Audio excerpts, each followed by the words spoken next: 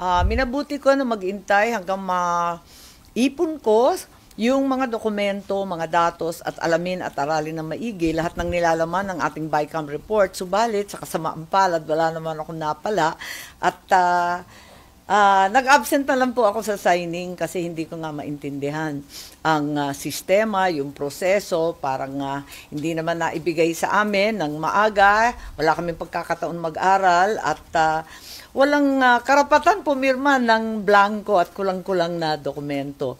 Dahil dito, tuloy-tuloy yung ratifikasyon, nakita ko lang yung kopya, tapos na daw, signing na nung hapon.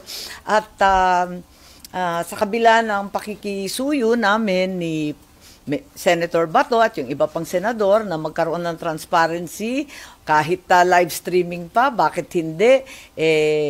Hindi naman kami napagbigyan. At ang pinakamalala, nung nabuklat sa wakas yung kakaprasong mga dokumento tungkol sa BICAM report, mas lalong malala at nagulat na lang kami sa mga linalaman.